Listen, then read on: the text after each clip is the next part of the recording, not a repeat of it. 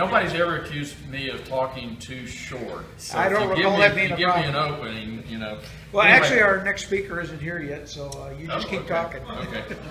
Anyway, those of you that know me know that I'm a constitutional Christian conservative. Constitution is, I think, one of the most inspired documents outside the Bible in the history of mankind. I know almost all of you probably already have 10 copies, but feel free to take another one. And I do have an endorsement list I'll pass around at the same time. That's not a bribe, by the way.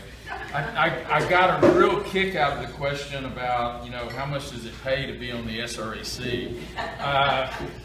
I would estimate in Charlotte, where'd Charlotte go? There you go.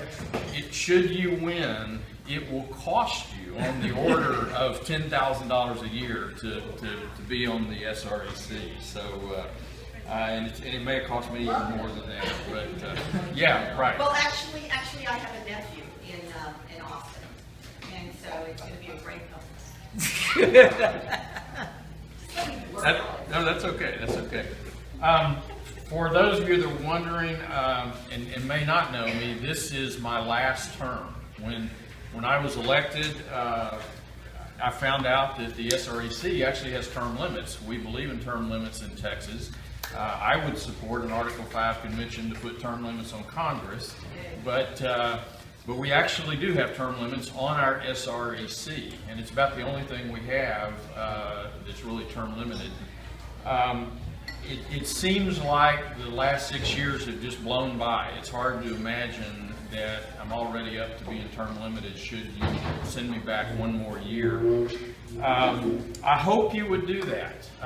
One of the ways that the SREC works is that when you have a new member that comes on board, it's not too unlike a new member of the legislature in that the first term, maybe even to some extent, depending on how bold you are, the second term, you're not necessarily really being a leader yet. You're still kind of learning the ropes and figuring out how to do things, and you know which committees really have influence and things of that sort. I probably lasted about 6 months that way in my case, and I was kind of jumping on board pretty early on. That's just my personality. And I'm not saying you can't do that. It's just, I would say it's unusual that happens. As Charlotte mentioned, there's some committees. I won't go through that again, but I would say that some committees are considered to be, maybe a little more prestigious, maybe a little more oriented toward party policy than others. And those are what's called the Rules Committee, the Platform or Resolutions Committee on the SREC level, and another one that nobody's ever heard of. When I was elected to the SREC, nobody had even heard of the SREC. But another committee that people have not heard of is the Officials Committee. And the Officials Committee is like the Board of Directors of the SREC. And some of those members are appointed by the chair, and some of the members are elected by the body. And if y'all are wavering as to whether I'm a good guy, whether y'all should send me back in case I have a last-minute opponent or something like that, and I hate tooting my own horn, but this is politics, so you got to do it every once in a while. I was elected by the SREC with the highest number of votes anybody can remember in the history of the SREC to that Officials Committee. And it was on a platform of transparency and just making the whole SREC operation more transparent. It wasn't really any more complicated than that. Historically, it hasn't been as transparent as it's been under Chair Dickey, and he has just opened up the transparency to a level that even I didn't imagine was even possible. And I'm not here, campaigning for him. I'm not asking you to choose sides, but if you follow me on Facebook, it's pretty clear which side I am on that chair race. You can go look there. I'm a platform issues guy. Okay, that's my reason for being there. Frankly, I'm not a rules guy. I understand the rules probably more than most people on SREC, but that's not my passion. My passion is platform issues, policy, things of that sort, and transparency. That was one of the things I saw when I first got elected on SREC, is that it wasn't all that transparent. And I'll give you an example. You know, everybody's got cell phone cameras, and we have galleries that show up, like Charlotte was in the gallery last meeting, you know, that show up to watch the proceedings. Well, when I was elected to SREC, the gallery was not allowed to take pictures. In fact, there were certain meetings when even the SREC members could not take pictures. And it's like, why are we doing this? This is a public meeting. We're a party of transparency and openness. Why are we doing that? And so one of the first, you know, major issues I tackled was transparency. The next, and I got reelected to my second term, we got a lot of people that really resonated on that transparency issue that came into the SREC my second term. And at that point, we finally started breaking the floodgates as far as getting transparency open. Today, we have multiple cameras streaming and recording all SREC meetings every time we have an SREC meeting, and anybody in the gallery can bring their own camera, and they're free to video, they're free to record, they're free to stream, the whole 9 yards. And I think, you know, if you had to hang your hat on one accomplishment, it's opening up that full transparency. It's certainly up there in the top handful or so. So that's one that I'm particularly pleased that we've been able to do. Okay, back to what they've actually asked me to talk about. But thanks for letting me campaign just a little bit. The first part is about what's going to happen at the convention. Now, how many are you are actually going to the convention, and how many of you have been to the convention before? Okay, so most of you are kind of familiar with how the convention itself goes. You may or may not have been there early in the week when the temporary committees are meeting, and most of, you know, the I shouldn't say the real work, because it's all work, but a lot of the committee work, at least, is done in those first 3 days. And the committees that you'll see at state are a little bit different than what we've got on SREC. First of all, there's a credentials committee. And the credentials committee historically has been when you have a rogue convention somewhere, typically a county convention, not so much an SD like SD7. But sometimes in the smaller counties, you have 2 different groups that are claiming that they're actually the rightful Republican Party of that county. And somebody's got to sort it out at the state level as to who really is. And that's what the Credentials Committee is about.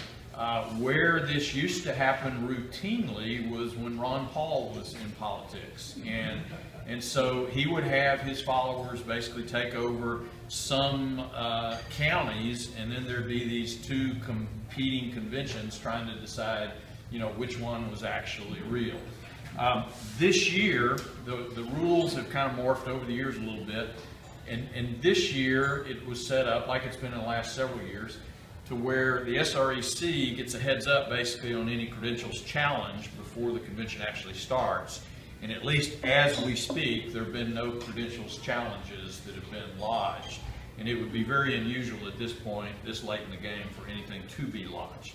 So the Credentials Committee will still deal with things like somebody was on the list, they saw their name up on the PowerPoint slide at their convention, they show up at the convention and their credentials are not there. Okay, so the Credentials Committee will still be in charge of those kinds of things. There's usually a handful, maybe even a few dozen of cases like that. And in the vast majority of the cases, it's typographical, clerical error kind of things. They end up getting somebody that will testify on behalf of, yeah, this was really the case and they're right. And they get it all sorted out. But that's the Credentials Committee. If you're in that situation, hopefully nobody in SD7 is, but if you're in that situation, you know, you've got to go make your case to the Credentials Committee to be seated. If you are unsuccessful with that case, you can still be a guest of somebody at the convention. The only caveat to that, you can observe everything about the convention as a guest, but you can't vote. And, you know, that kind of takes away a lot of it. But you can still be there should you be in that situation. The Rules Committee, very, very powerful committee. Some say it's the most powerful committee of the entire convention. What they will do is they're charged with really 2 things. One is they come up with temporary rules that govern the convention itself, okay, including things like the agenda. And I'll tell you about something we're going to do new this year, hopefully, if we can get it through the Rules Committee that I'm kind of spearheading. This should be a vast improvement over the way we've done things in the past. But they come up with the rules for the convention to actually proceed by. And you can think of this a little bit as kind of a bootstrapping or booting operation on a computer. You've got to start somewhere. And so where do you start? And there's really two places that you start in two different committees, so one committee is not too powerful. You've got the Rules Committee, which sets up the temporary rules, which is kind of like the boot up software. And then you've got the Nominations Committee the Organizational Committee, which basically sets up the temporary officers of the convention. And that's usually a relatively non-controversial kind of deal there, but it can be. And again, going back several years in the past, it's been a pretty contested thing in the past. Rules Committee, what else do they do? Well, the biggest thing is setting up the rules by which the convention is going to be held themselves. Oh, the other thing they do is they have the authority to propose rules to the delegates. They can't change them, they can just propose them, but they can propose rule changes to the delegates. And sometimes they get it right, sometimes in the heat of battle and compromise they don't get it right. And I'll give you an example of one they didn't get quite right last time. Part of opening up transparency is basically empowering the grassroots.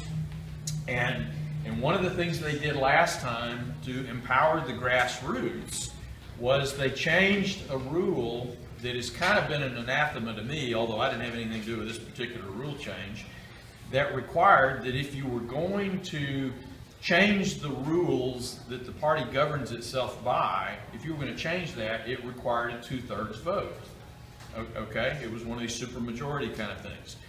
And you know, that sounds good. You can make a case for it. You know, you don't want to make rule changes in a trivial sense, et cetera, et cetera, et cetera, et cetera. And I understand all that. But fundamentally, I'm against supermajority votes. And I've told a lot of people this over the years. And the reason is that fundamentally, it puts the minority in charge of the vote. And we're a society governed by the majority, not the minority. And if you have a 2/3 or an 80% rule or anything like that, it puts that relatively small minority in charge of the outcome of that vote. So anyway, there was this rule change, and the Rules Committee agreed with this, and the Rules Committee guys are pretty sharp guys when it comes to procedure and Robert's Rules of Order and all this kind of stuff. I mean, guys like Clint Moore, most of you know Clint Moore.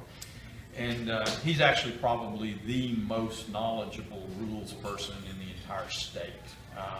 And he's responsible personally for opening up a lot of the grassroots empowerment kind of stuff.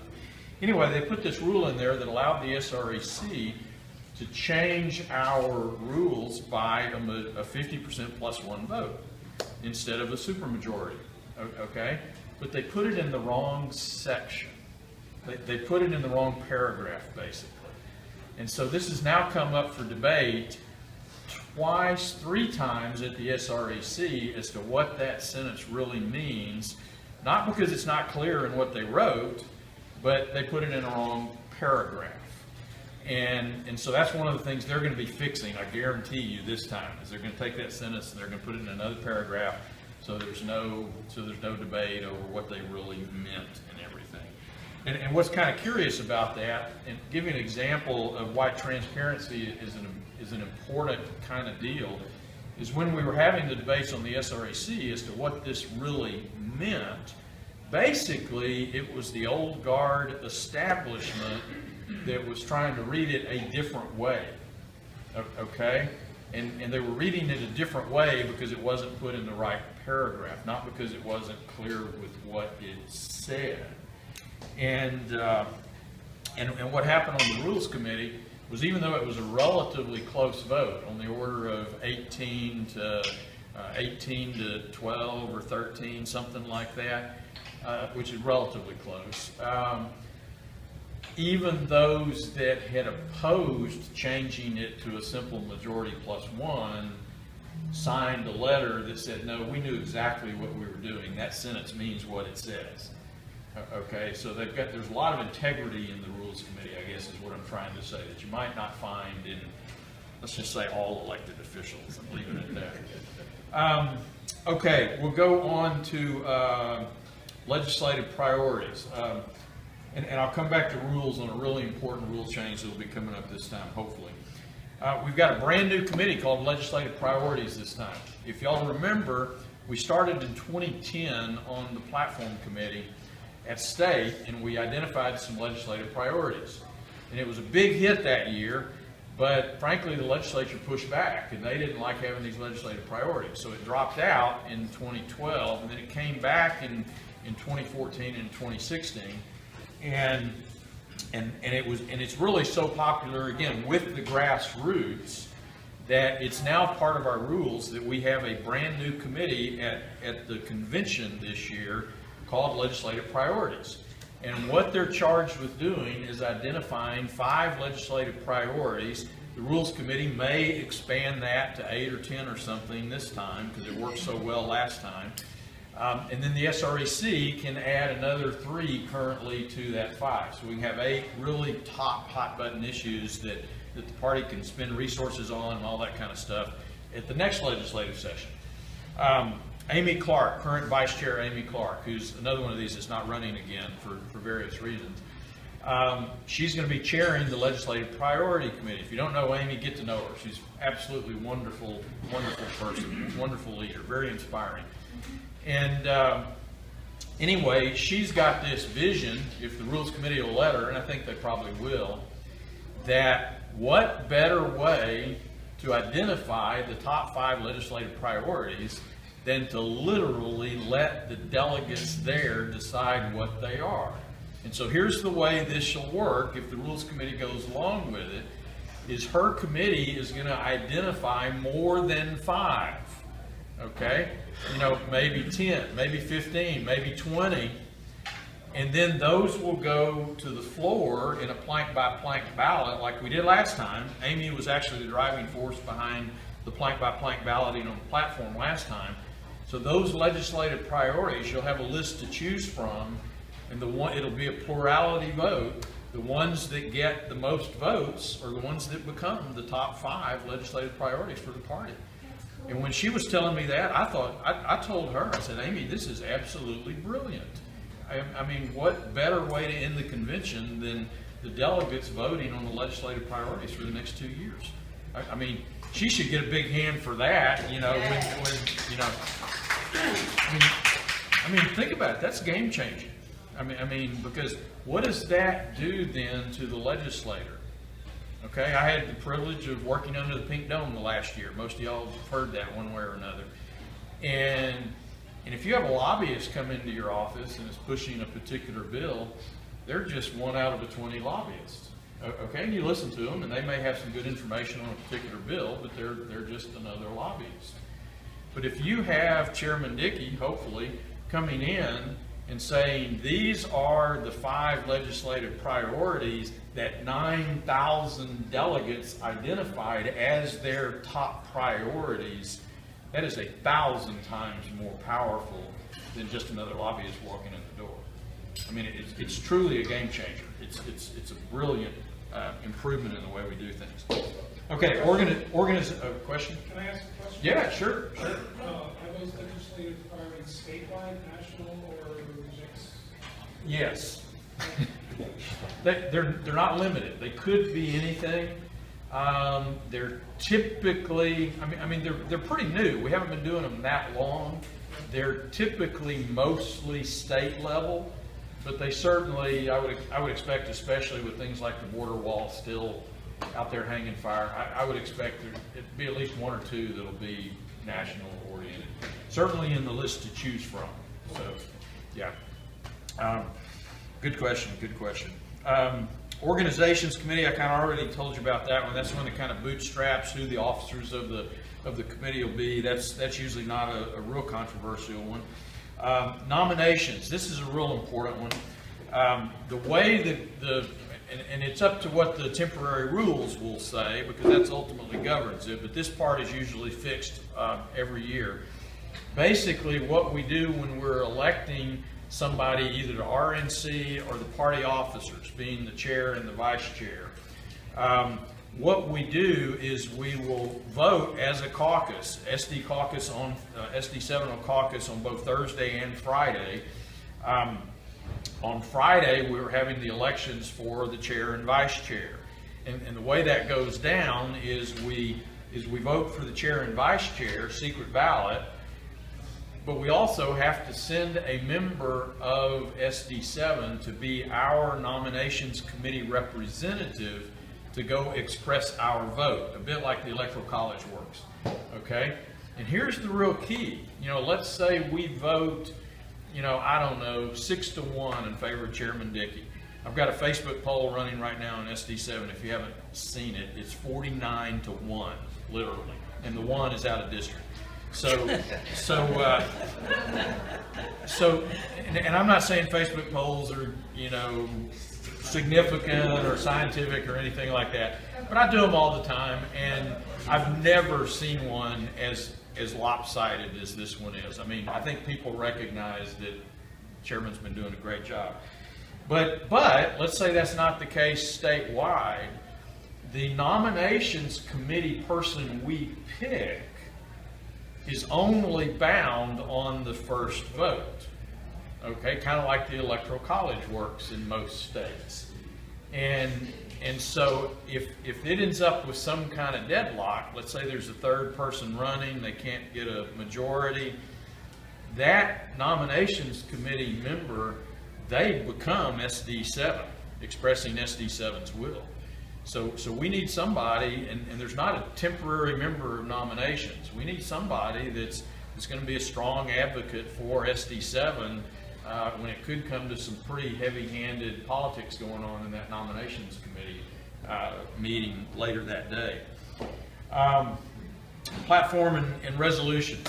I'm honored to be able to chair that this year at state. I've been working on platform behind the scenes and on the platform committee for about 25 years now. And a lot of times that chairmanship goes to an elected official. And so this is the pinnacle of my political career, is being able to chair the platform committee at the state level. And I'm very grateful to everybody and the Lord. Thank y'all. Wow, it's a big deal. What's gonna be different than this year? Let me give you some examples. First of all, Monday through Wednesday, that's when a lot of the work is going to be done writing the platform. And one of the things that we're doing, we've already done this year, and I went to Chairman Dickey and I said, well, I usually just call him James, but I said, James, I want to do this on platform. And he thought about it for a couple of milliseconds, and he said, you have my full support. And so what we're doing is we're doing two things, and they're kind of in conjunction with each other. We're pushing everything we can to a digital platform online, okay? And what that does is first of all, it lets us basically be working on things now as a temporary committee. We've got our 31 members. We're working on it now. In the past, when I've been on the committee just as a member, we've got planks that come in, not just from SD7, but from all the SDs and from multi-county Senate districts from all the counties. So we've got typically about 250 or so different entities sending platform planks into the platform committee. When I first started working on it, literally we would get a stack of paper about this high, sometimes with multiple planks on one page, that we would spend all of Monday literally with scissors going through a stack of 3,000 pages, cutting planks, figuring out which committee they go in, yada, yada, yada, yada, yada. It was, in hindsight, not real efficient, okay? We got a lot better in the last couple of years in that we had these things on USB drives, okay? But they were mostly scanned images, which means you can't really search them. You can't really do anything with them. They're just scanned images. okay? This year, we have already the entire 2016 platform online and using it online in a spreadsheet format, okay? Have y'all ever used Excel spreadsheet where you use the filters at the top? And you know, you can click on the heading and just get the stuff from, say, SD7, or just get the stuff related to abortion, or whatever it may be. That's what we're doing already with the committee. Now, when I say already, that's a little small word, but think about this. In the past, we haven't gotten that stack of paper or those USB drives until we got there on Monday. Sometimes the night before, once we got them on Friday before. Okay, 200 and something counties and SD sending us stuff. We've had this online and working and reading it for about 2 or 3 weeks already, and it's going to be, well, it's already been announced. It's out there for anybody, including the Russians, to go read it if they want to. Okay? So no more of this last minute stuff. I mean, we are reading it before we pass it kind of thing, if you will. When we're doing the deliberations themselves, those are also going to be online, probably a Google Doc kind of situation. So if you're sitting here at home, you can't make and attend the meetings on Monday, Tuesday, and Wednesday, just pull it up on Google Doc and you'll be able to follow what Linda is doing on Google Doc, helping the committee and seeing what changes we're making as we go. Okay? I mean, think about that. What's happened in the past? What's happened in the past is you have to wait till Saturday morning to see a paper copy of the platform, or you don't know what's in it. And then you're going to be voting on it in just a few hours.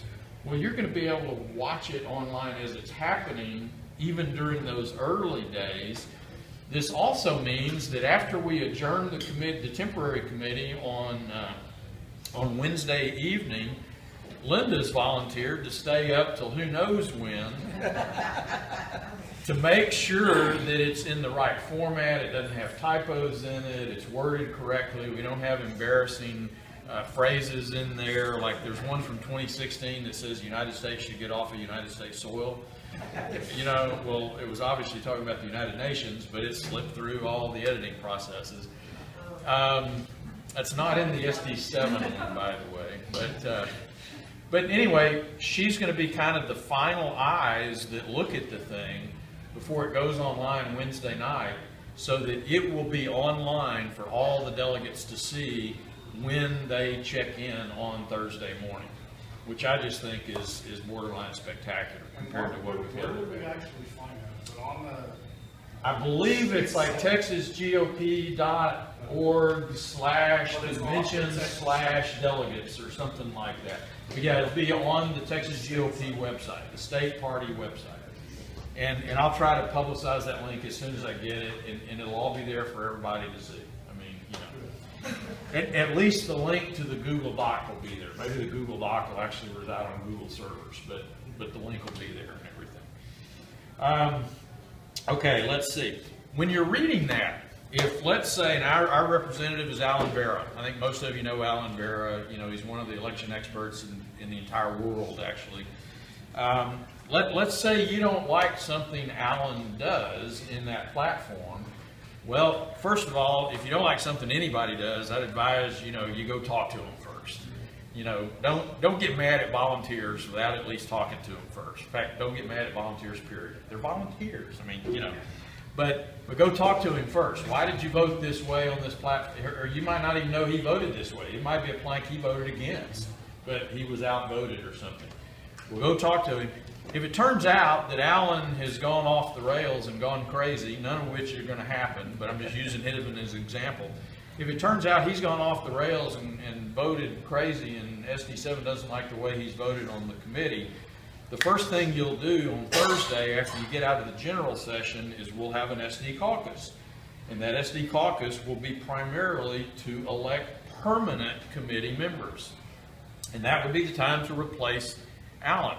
Now, in the past, you don't really know what that temporary committee has done, other than the report that the temporary committee member gives you, because it's not printed, it's not online at that point. And so one of the things we've done in SD7 is I've tried to email that to everybody that I had their email address, and I've done that in the past years. But this time, it's going to be available for the whole state, and even outside the state.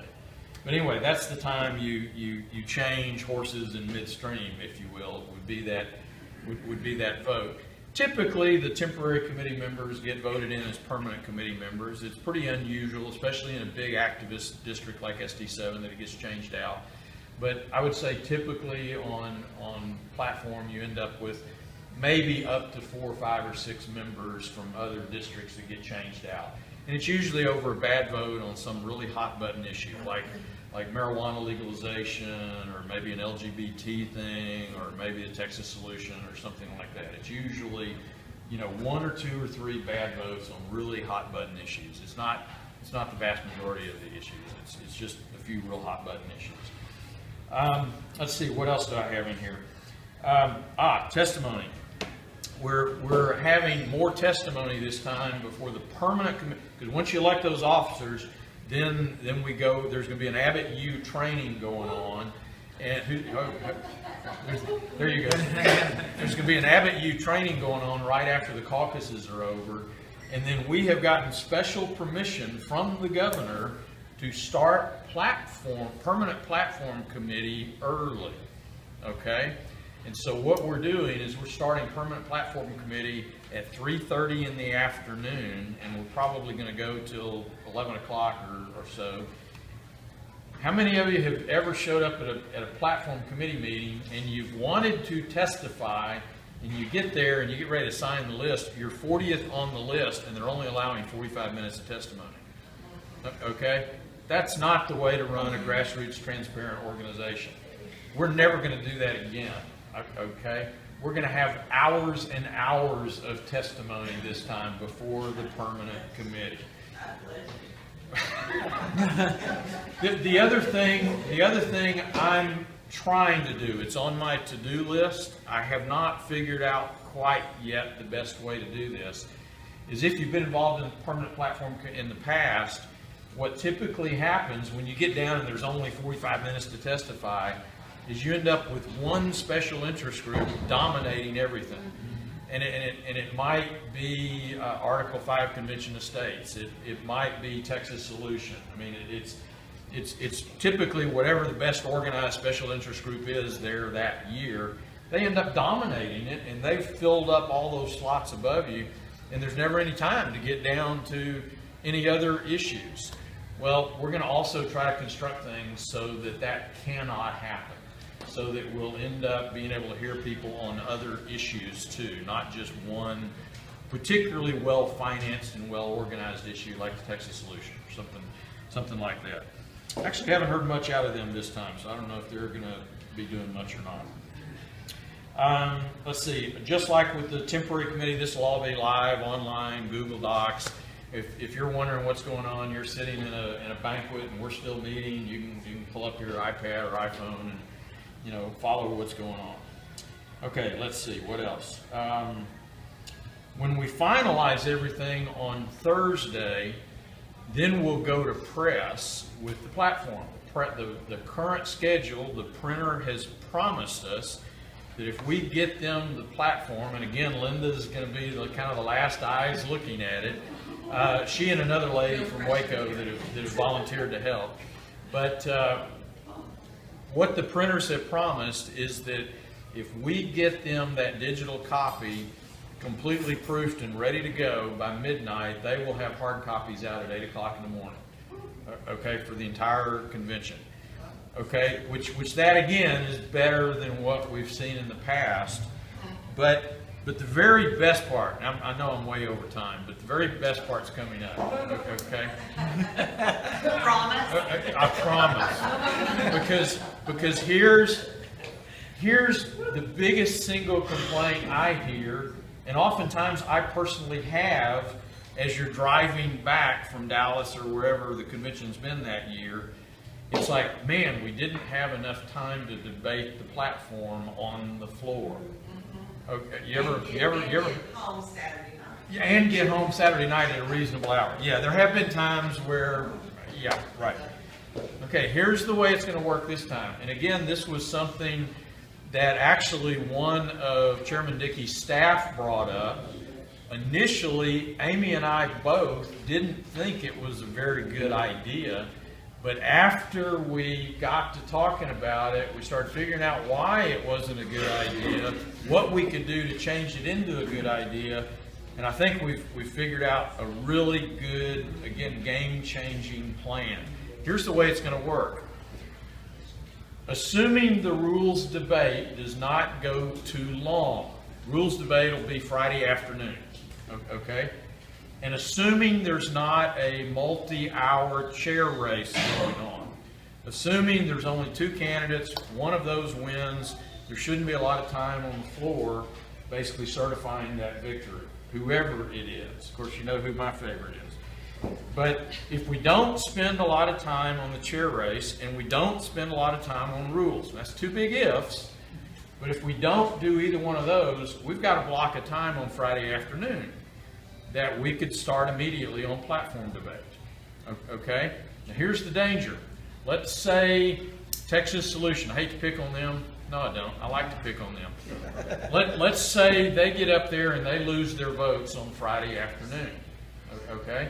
Well, what happens typically in the past? They go home, they go back to their hotel rooms, they work all night, they come back, they try to gum up the works the next time everything's being considered. They try to win back. You do the same thing on a pet plank of yours. I do the same thing on mine. I'm not faulting them, it's just the way it works. It's not very efficient is the bottom line. So the way we're going to do it this time is if we end up with some time on Friday afternoon, we're going to start the platform debate Friday afternoon, but it's going to be by sections. Okay, you remember we've got different subcommittees on our platform. Some of them deal with pro-life, some of them deal with education, some of them deal with border security, things of that sort. We're changing all that up a little bit too, but I won't spend time on that, Dave. But we're expanding that. We're going to have 9 committees instead of 6. What we're going to do is we're going to basically take those committee sections one by one. So when education comes up, we'll have 15, 20, 25 minutes devoted to education issues. Okay? Once we close out the education section, it is closed. And short of setting aside the rules by the convention delegates, we won't reopen education at that point. So we'll do as many of those sections as we can on Friday night. Okay, hopefully we get through 3, 4, maybe even 5 or 6 of them. And then the following day, we will pick back up where we left off and we'll finish it up. And then the very last thing is we'll do the legislative priorities with Amy Clark. And then after that, we'll vote on everything plank by plank. Okay? So finally, there won't be any of this gaming of the debate where one special interest group lines up at the microphones and dominates everything with points of order and points of information and arguments for and against one particular area. They'll be able to do that, but only for a limited number of time unless the whole convention sets aside the rules to give us a little extra time. You follow me? And we just think it'll be a much more informed debate that will get to go through actually the whole platform. Yes, sir. Texas Solution. That is the pro-open, well, not so much open borders. They don't, well, they're kind of open borders, but that's the pro keep immigration relatively open, citizenship for illegals, all that kind of thing. That's the Texas Solution. You ready for questions? Is that a hint? Little one. Is that a hint? Let me see if there's anything else Yeah, I anything hadn't else. covered. You asked me to cover the purposes of the SREC. Yes. And I mean, Charlotte kind of hit that already, but the bottom line, what the SREC is there, the way I view it, is we are slaves to the conventions. Okay? We are supposed to execute what the convention delegates tell us to do once the convention adjourns. And that includes rules, that includes platform. There's always policy issues that come up that are not cleanly described in the platform. One of the reasons we have a fairly robust platform is government gets into our lives in too many different ways. And so the platform's got 3 sections right now. It's got our core principles, okay? That's the stuff that we really should agree on. That's the stuff that governs Rule 44 censure, if that comes up anywhere. At the end of it, we've got the legislative priorities. All that part in the middle that sometimes you hear people complaining about, it only takes about an hour and a half to read if you actually read through it. It's not that long. All that part, consider that a reference document. So that if Chairman James or me as SREC member, hopefully in the next 2 years, or Charlotte or whoever wins that, if we've got a question about something, that's our reference document to go to. How should we be treating this particular issue? So we are the hands and feet of the convention, if you will, during that 2 years. It's very much a policy-driven organization. There are some people that run for SREC, frankly, because they want to get elected to some other office later on. I'm not in that category. I'm never going to do that. But you know, that's what we are. We're the hands and feet of the convention and what the convention tells us to do. Let's see, anything else? The SREC term is 2 years, right? The term is 2 years, just like the chair and vice chair. Because you said 1 year earlier. Oh, But anyway, it's okay. it's a 2-year term. Between 2 years. Yeah. And one of the things we do, for example, and this is also driven by the platform, is there are vacancies that come up on the SREC. I've commented to my wife that there are a statistically significant number of people that die while they're on the SREC. That's not good news. And no, seriously, and if you look at the age and demographics, it's you know, there shouldn't be as many dying as there are, but typically, I'm serious. I mean, typically we have 2 or 3 that die. We have another. Yeah, I had a lot more hair. That's right. Maybe it's the stress. I don't know.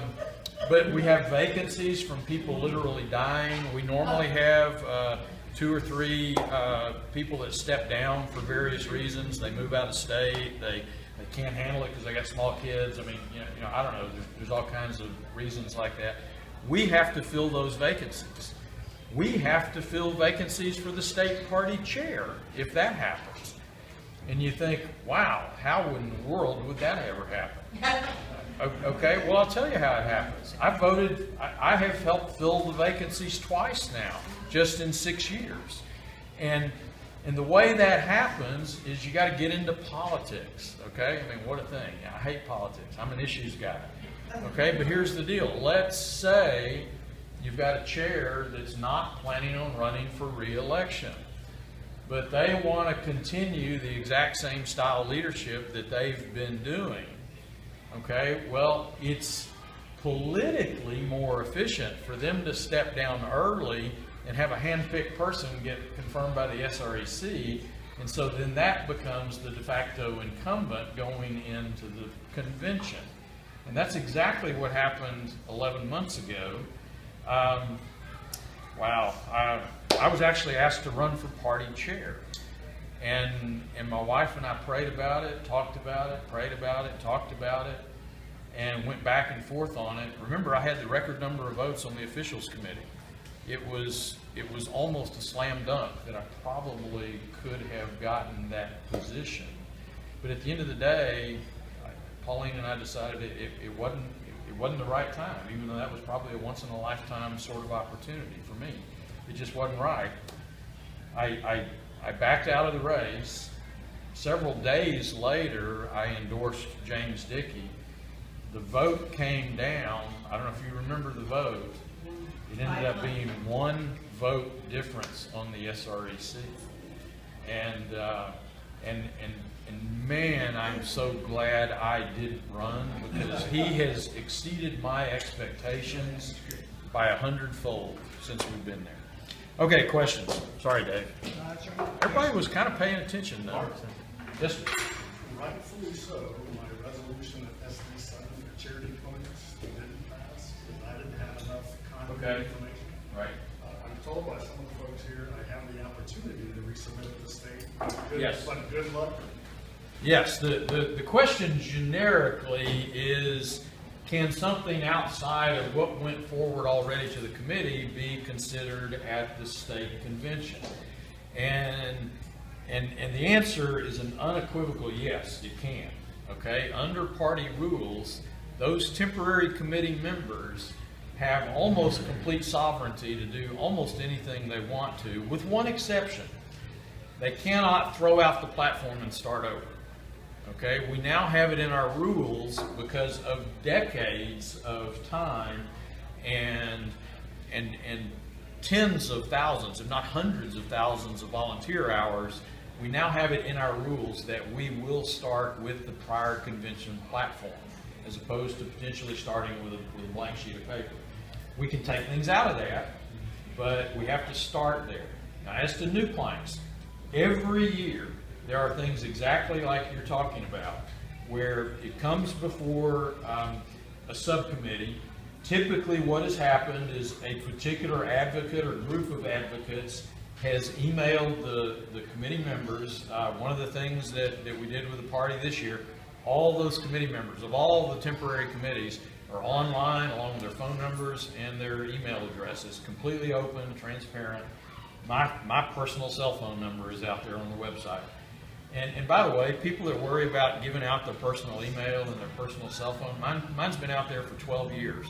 And yeah, I get an occasional spam call, but it's fine. There's not the issues that everybody worries about, okay? But anyway, the typical successful route has already kind of softened up the beaches a little bit by maybe some emails, maybe a few phone calls, things like that, to the temporary committee members. And then once the temporary subcommittees are announced, which I'll be announcing that, I get to decide in about the next week, then we'll know where those planks would likely go.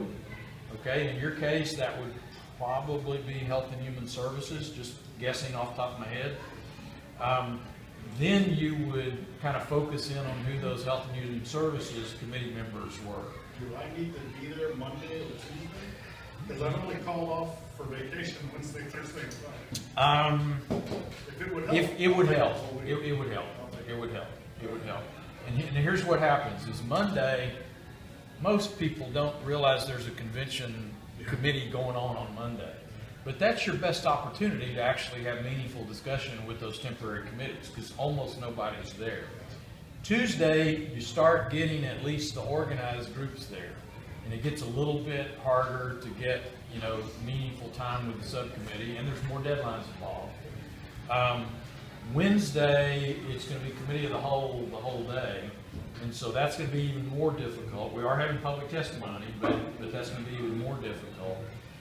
One other thing, I don't remember the committee schedule. We're going to have 9 committees, and some people, when they hear that, they say, well, wow, does that mean there's only going to be 3 members on each committee? No, it doesn't mean that, because what we're doing is we're dividing them between a group of 4 and a group of 5 committees. And the effect that has is we're actually making the committees larger on average, which tends to give us a better answer at the end of the day on the platform planks. But not every committee meets on both days. They're going to be divided up between Monday and Tuesday. And the Monday ones, no promises, but they may meet a couple hours on Tuesday, but not for very long. And so I think Health and Human Services is on Tuesday, but check that one. That'll be in the email that you sent. That'll be in there, right? And then, if they still haven't gotten it in, okay, you can still try to be part of that public testimony, okay, that the permanent committee has on Thursday afternoon, okay? And honest to goodness, every year there is somebody that wanders in. It's somebody you've never heard of. They're not like a David Barton or somebody, those of you that heard of David at least.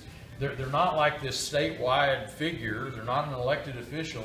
They wander in, you don't know who they are, and they make a very compelling case for some particular issue. It might be water rights in West Texas or whatever. And they just blow the committee away with their testimony and their argument. And right there on Thursday afternoon, their plank gets put into the permanent platform. Now, the more common is it works its way up from, SD7 level and up, but it happens every year. And then if you still don't get it, you can still take it to the floor, okay?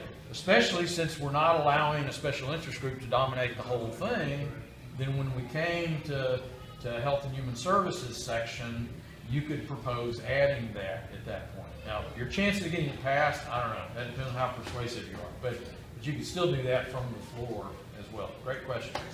Yeah, sorry. Any others? I like to talk. Y'all just want to go home now. Yeah, we got you for 50 minutes so far, so. Really? Really? And I didn't prepare. This is all off the cuff, Wow. Any other questions? Oh, here's one, Miss Lean. Yes, ma'am. There's 64 members of the SREC. Including the chair and vice chair. Right. Well, there's 32, no, there's 31. 31. Yeah. So there's 62 plus the chair and the vice chair. Are there any other people that are given ex officio status? There are several others that can attend and even vote in some cases on committees, okay? But nobody else gets to vote on SREC vote issues. Give an example of ex officio people that vote in committees. I'm not a rules guy. I'd have to go look it up. Okay. But the Auxiliaries, do they? they might, no, they can address the SREC, but they can't vote. They can't vote, and they can't propose resolutions. The CRC committee, I was on CRC for a couple of years, and the CRC committee, I think, is in that category, where you can actually have people appointed, confirmed by the SREC, but are confirmed part of that committee that can actually vote on that committee. And CRC means? Candidate Resource Committee.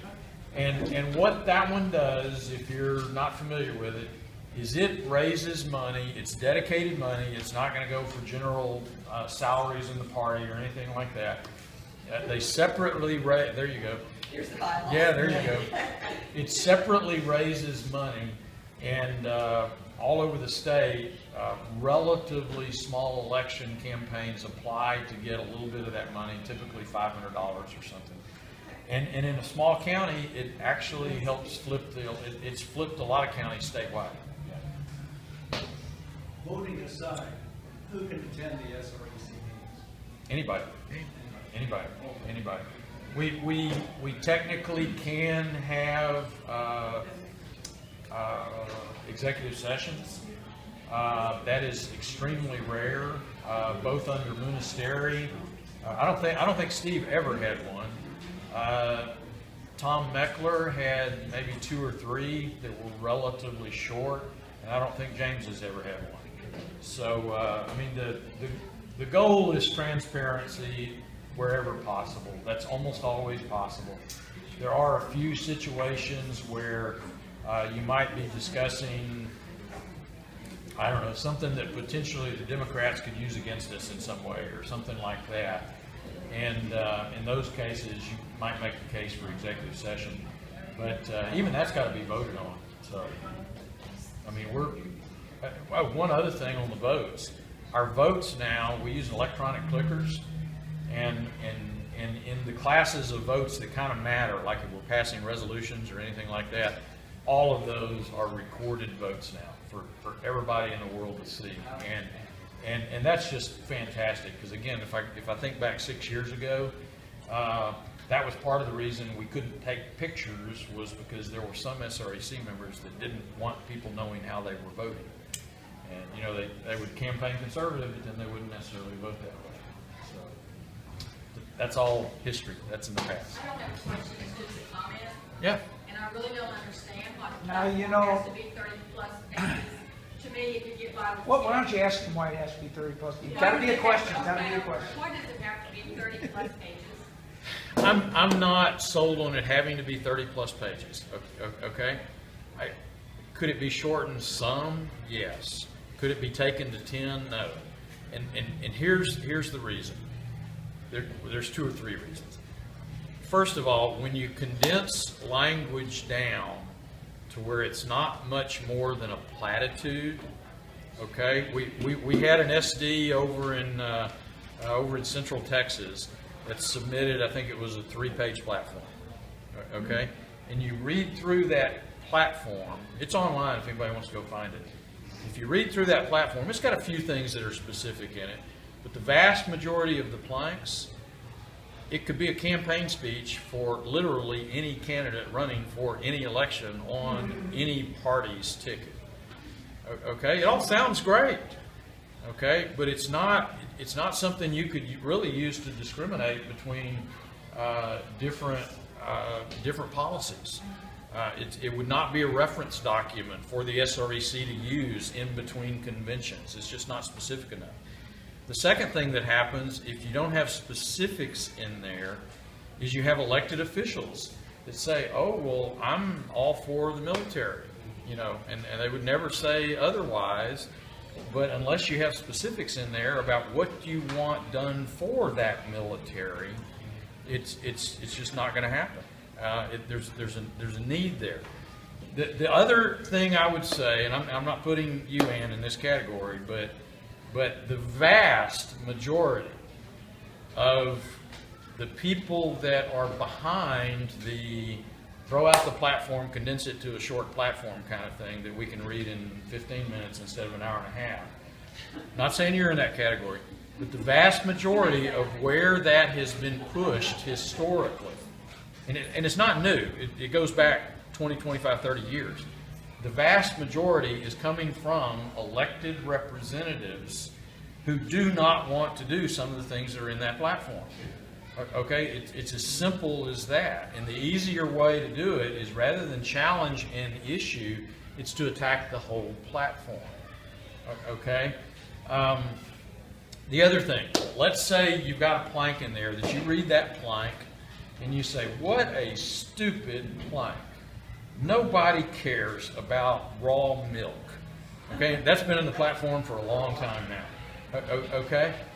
Well, I'm sure if I had a show of hands, I don't want to embarrass anybody, but I'm sure there's people in this room that care a lot about whether or not they can buy and sell raw milk. And here's the point, is that for some people at that convention, for some people that are activists in our party, that raw milk plank may be the reason they're there. They would be completely content to roll the punches on whatever we decide on pro-life and immigration and the military and education and everything else.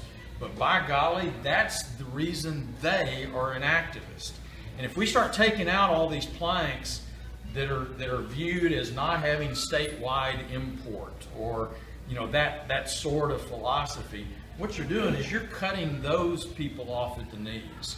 You're telling the vaccine choice ladies that, no, that's not a big enough issue because 95% of kids get vaccinated and we're going to vaccinate our kids. We don't need that in the platform. That's one of the biggest activist groups out there right now, are the vaccine choice ladies. And God bless them. Parents ought to have, control over whether or not their kids get whatever the government's trying to get them to do. But that's a big reason, because there's a lot of people that go to that convention. It's not cheap to go to that convention. They're there because of one of those issues that you might not think is important. I might not think is important. But if we take it out of there, we've told them they aren't important. So the last thing on that one, promise, Dave. This goes back to those that are pushing a shorter platform. Okay? Yeah, okay, I'll stay right here. But I'm trying to see Ann at the same time. Okay, when I had the pleasure of working in the legislature this past year, do you know how many bills we had to go through? We had to go through about 5,000 bills. 5,000 bills. Okay? Now, how many planks do we have in the party platform? It's about 250. If you count the legislative priorities, it goes a little higher than that. But it's about 250 that are grassroots, true grassroots. Okay, where did those other 4,750 bills come from? Lobbyists, okay? And to basically cower to who in many cases, not necessarily Ann, but the people fomenting this movement are actually the lobbyists, okay? to kowtow to those folks and say, the platform's too long, I'm an elected official, I can't take time to read it. Oh, but I can read those 4,750 other bills that came from special entry lobbyists. I tell you what, I don't have any sympathy for that mentality at all, because those 9,000 delegates are the people that put those people in office along with the other voters. And so my measly 250 planks is nothing compared to the onslaught that you see from the lobby in Austin. Does that make some sense? I may not have convinced you, but think about it. The Republican Party is supposed to be the party of smaller government. And it seems like we are just getting So, bigger. I have a question. I agree with you. If you get the government out of our lives, that platform will shrink. Yay. Okay? It shouldn't be the government's responsibility if all It shouldn't. the people gets wrong. I agree. You know what we have right after he finished? We have 2-minute rants. And you'll be able to just rant and rant and rant. And I agree with you. You know what? Somebody told me this the other day. I wish it was my own idea. Okay? The way to shorten the platform is for the legislators to enact what's in the platform. Just do it. Okay? I mean, okay. I really Thank you. Thank you, guys. Thank you. Thank you so much. I appreciate it, Mark.